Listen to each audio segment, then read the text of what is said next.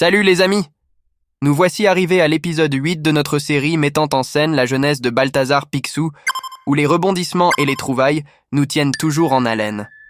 Préparez-vous à embarquer pour de nouvelles péripéties alors que Picsou continue de poursuivre son rêve de fortune. Mais avant cela, revenons sur les moments palpitants de l'épisode précédent pour se remémorer les instants forts qui ont précédé.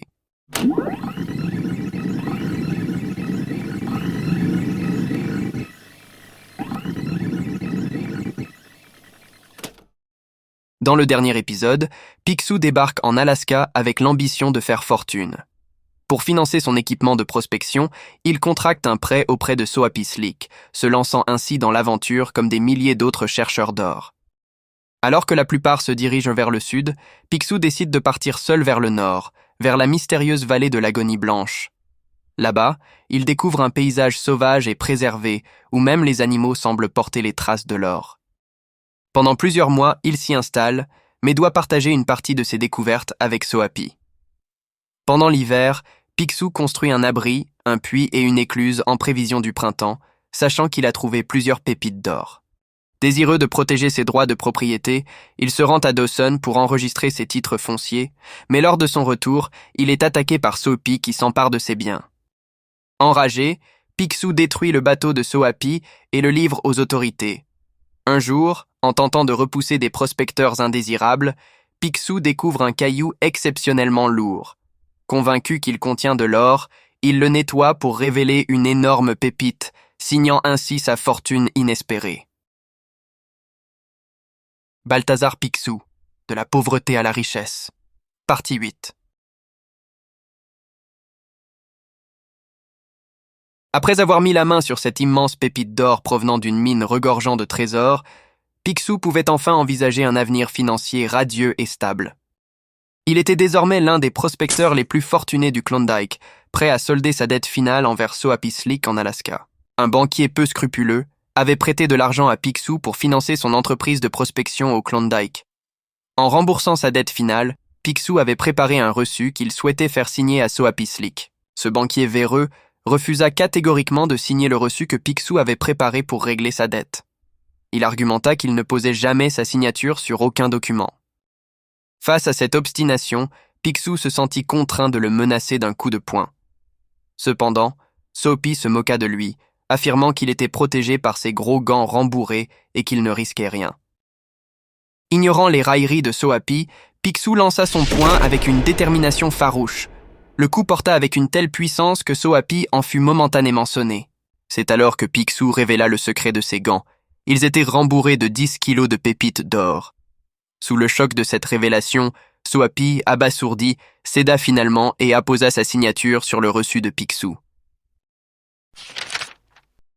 Picsou consacrait toute son énergie à extraire chaque pépite du sol gelé de la vallée de l'Agonie Blanche sans jamais dépenser le moindre sou.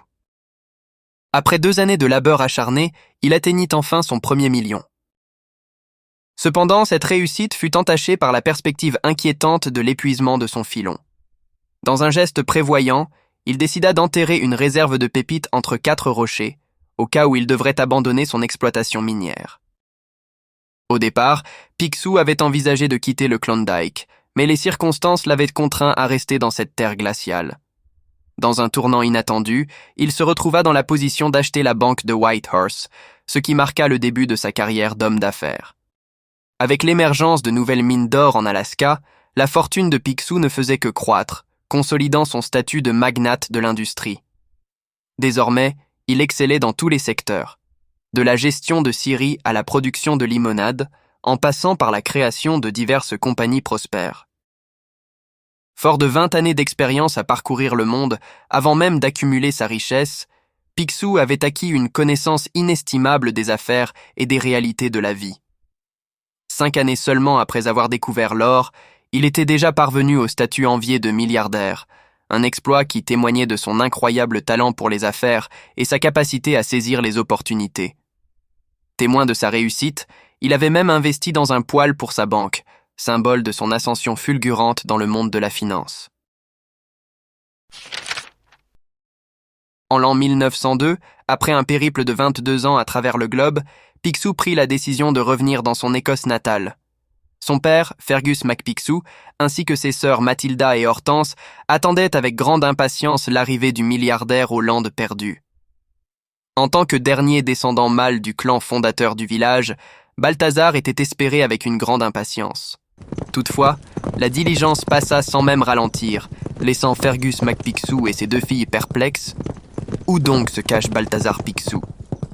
Une carriole tirée par une paire de bœufs avançait lentement derrière la diligence, son chargement composé de tonneaux et d'une imposante malle. À la surprise générale, c'était en fait Balthazar Picsou qui la conduisait, préférant économiser sur les frais de transport en se passant des services de la diligence de Glasgow jusqu'à son village. Picsou enleva sa cape et sous ses vêtements ordinaires se cachait une tenue éclatante. Il ajoute un haut de forme vert et se proclame l'homme le plus riche des Highlands. Les habitants lui jetèrent des insultes, le traitant de prétentieux, exploiteur du peuple nouveau riche, et lui exigèrent de partir, affirmant que les Highlands ne lui convenaient pas. Après avoir enduré 2 décennies de voyage à travers le monde pour accumuler sa richesse, Picsou se redresse après ces insultes et menace de racheter la ville pour les expulser. Les villageois furent surpris par ce caractère trempé de Picsou, lui qui avait été si poli et aimable dans son enfance. C'était leur façon inhabituelle de lui souhaiter la bienvenue. Le père de Picsou lui fit remarquer que sa fortune avait altéré son caractère, mais le nouveau milliardaire répliqua en affirmant que les villageois étaient tout simplement jaloux de son succès. Son père lui conseilla de modérer ses propositions, mais ses sœurs préférèrent le complimenter sur son allure de milliardaire. Picsou leur demanda alors s'il était bien habillé et si cette apparence lui convenait vraiment. Plus loin, un habitant du village, observant depuis sa boutique, complimenta Picsou sur son costume, souligne sa valeur apparente. Picsou lui expliqua que le tailleur lui avait offert en échange de publicité, argumentant que c'était ainsi que l'on bâtit sa fortune.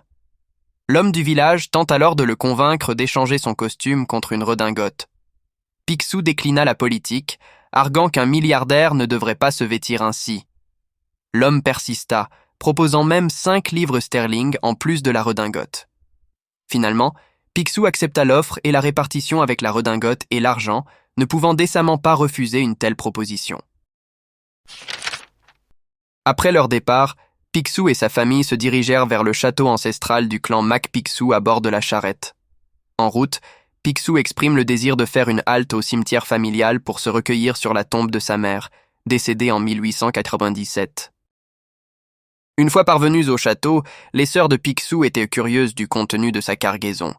Elles émirent quelques hypothèses. Des articles de mode de New York? Des dentelles provenant de Glasgow?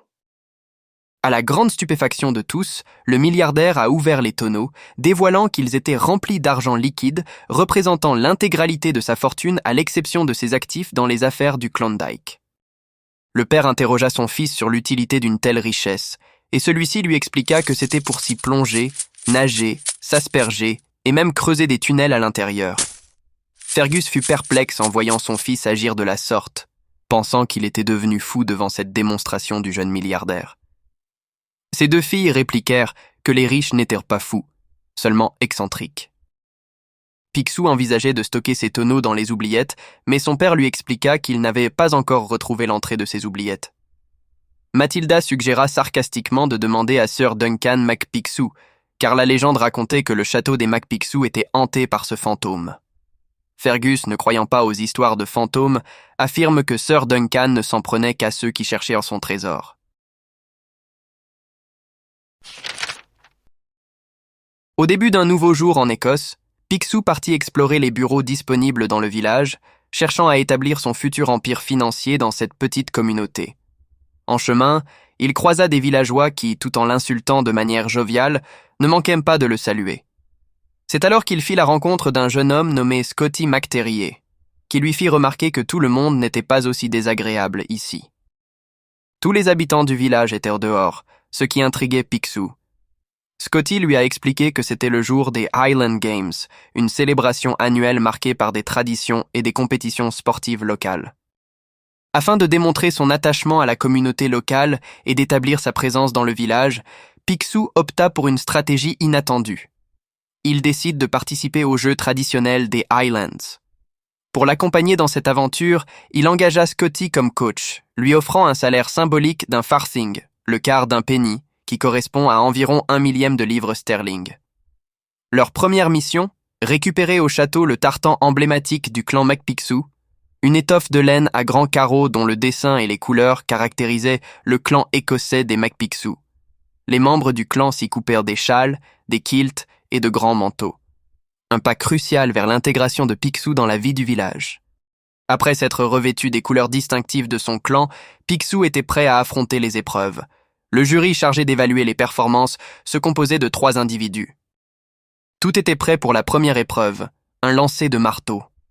Les juges mesurèrent la distance à laquelle le participant allait lancer le marteau. Picsou se demanda pourquoi ils avaient mis un boulet au bout d'une canne pour ce marteau. Scotty, inquiet pour son patron, suggéra à Picsou d'abandonner cette épreuve. Mais Picsou, confiant, affirma à Scotty qu'il était un excellent lanceur de boomerang dans le bush australien. Picsou fit alors tourner le marteau autour de lui avant de le lancer. Les juges observaient une technique inhabituelle, mais lorsqu'ils voulaient prendre note, Picsou avait mystérieusement disparu.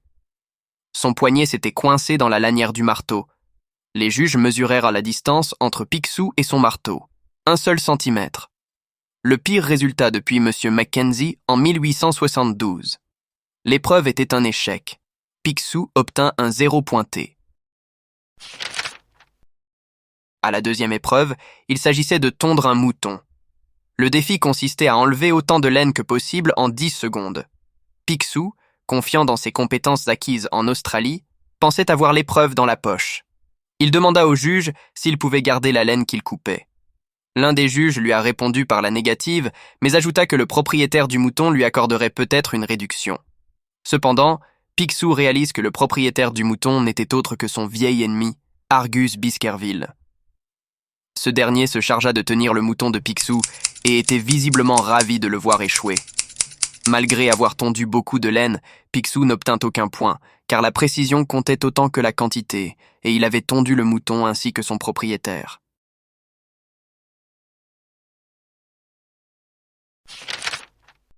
À la troisième épreuve, ils abordèrent la pêche au lancer, une autre activité prisée en Écosse. Scotty tenta d'enseigner à Picsou l'art de manier une canne à pêche, mais ce dernier considérait cela comme superflu.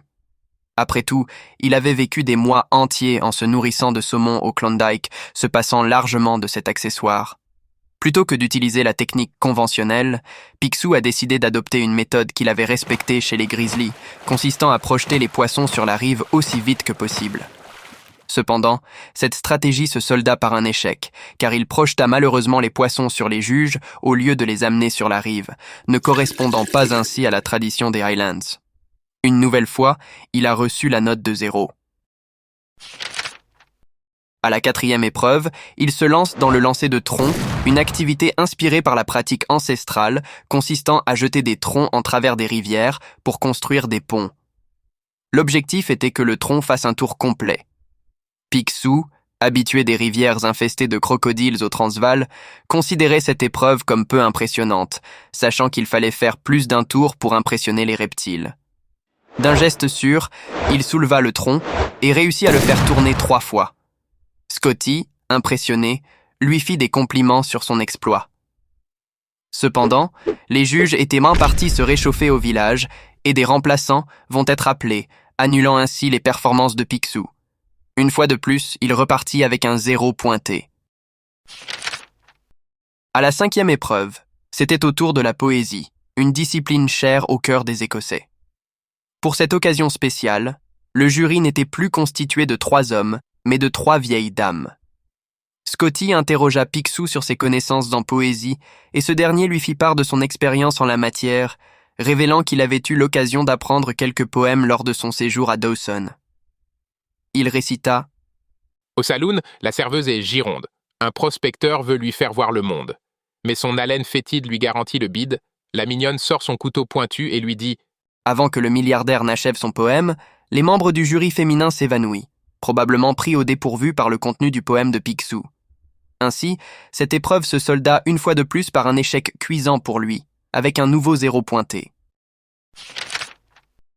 La dernière épreuve, le golf, connu comme le sport favori des Écossais depuis des siècles, marquait la 6e étape du concours. Scotty interrogea Picsou sur sa familiarité avec ce jeu, à quoi ce dernier a répondu qu'il y avait une multitude de terrains de golf au Klondike. Pourtant, alors qu'il tenait le club, il le faisait maladroitement. Scotty lui exigea alors de frapper la balle. Cependant, son coup aboutit dans un marais, jugé désastreux par les juges, ce qui lui valut une nouvelle fois la note de 0. Picsou remarque que Scotty était ravi de lui annoncer que les juges lui avaient attribué 5 points. Ils estimaient qu'un vrai Écossais serait suffisamment économe pour aller chercher une balle de golf au fond d'un marais. Couvert de boue, Picsou lui fit remarquer que cela était tout à fait logique, puisque la balle lui avait coûté 2 shillings et qu'il pourrait la revendre à moitié prix. Avec ces 5 points qu'il avait obtenus, Picsou réalisa que c'était le seul gain qu'il avait remporté dans tout le concours. Cela ne le placerait pas en tête des jeux, ce qui l'amena à méditer. Ses traditions séculaires lui avaient montré qu'il ne se sentait pas chez lui ici. Il avait le sentiment que l'Écosse restait attachée au passé, tandis que lui regardait résolument vers l'avenir. Il aspirait à un environnement propice aux affaires et au progrès. Rester ici signifiait voir ses investissements stagner, tout comme la balle qu'il avait récupérée au fond du marais. C'est ainsi qu'il prend la décision de retourner au château, accompagné de Scotty, ayant arrêté son choix. De retour à la demeure ancestrale des MacPicsou, Picsou éprouva le besoin de partager sa décision avec ses 2 sœurs et son père. Il se dirigea vers sa malle pour en sortir un coffre provenant de sa banque de Whitehorse. Il tirera une pépite, un document et, par mégarde, une mèche de cheveux blonds de sa caisse. Intrigués, Mathilda et Hortense interrogèrent leur frère sur l'identité de la propriétaire de ses cheveux. Il répondit simplement « À personne. » Il narra à son père qu'il avait acquis quelques années plus tôt un terrain de Jules Écoutoum, un prospecteur en difficulté. Ce document lui conférait la propriété d'une colline sur la côte ouest de l'Amérique. Les 2 sœurs de Balthazar, sans se rendre compte, mentionnèrent que le milliardaire avait une fiancée, ce qui le contraria et sema la confusion dans ses propos envers son père. Il substitua les termes de sa phrase par d'autres liés à la propriété de la mèche de cheveux, Goldie O'Gilt. Cette jeune femme, je veux dire ce terrain, est situé dans l'état de Goldie-Seta, Calisota, près d'une petite ville appelée Goldieville, Donaldville. Il réprimanda ses sœurs et leur enjoignit de se taire.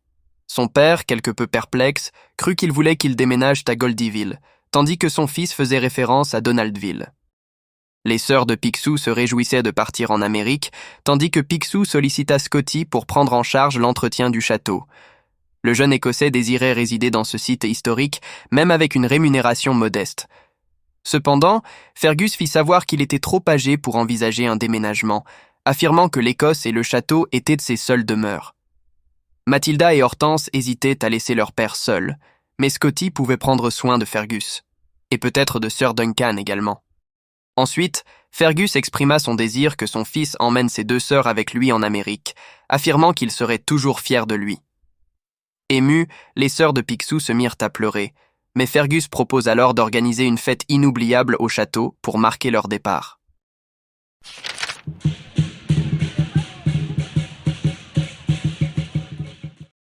Dans les premières lueurs de l'aube, Picsou et ses sœurs prirent discrètement la route avant que leur père ne se réveille.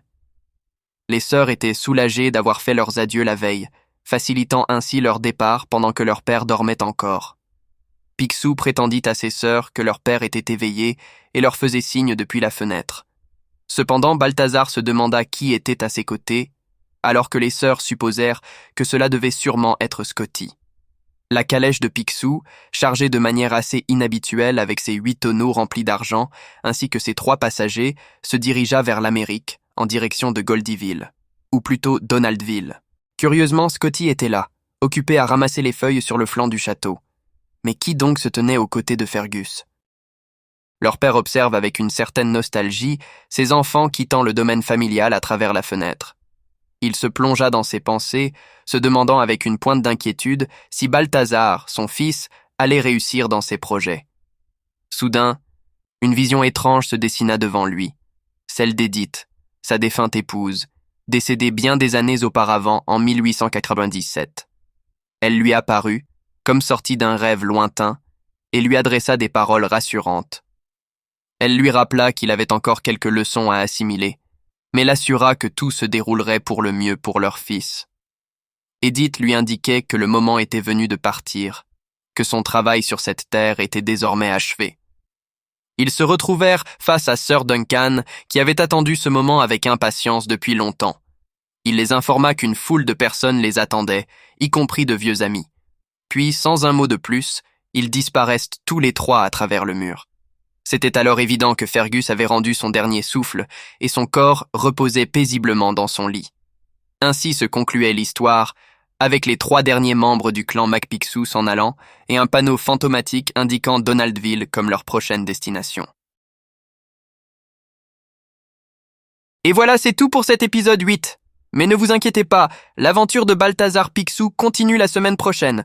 Rejoignez-nous dans le prochain épisode pour découvrir de nouvelles péripéties, de nouveaux mystères et de nouveaux trésors. N'oubliez pas de vous abonner et d'activer la cloche pour être notifié dès la sortie du prochain épisode. N'hésitez pas à laisser vos commentaires pour partager vos impressions et vos théories. Et n'oubliez pas de partager la vidéo avec vos amis et votre famille pour leur faire découvrir les incroyables aventures de Balthazar Picsou. Suivez-nous également sur Instagram, @PicsouCollection, pour découvrir en exclusivité des contenus sur nos héros préférés. Merci de nous avoir accompagnés dans cette aventure épique. Au revoir et à bientôt.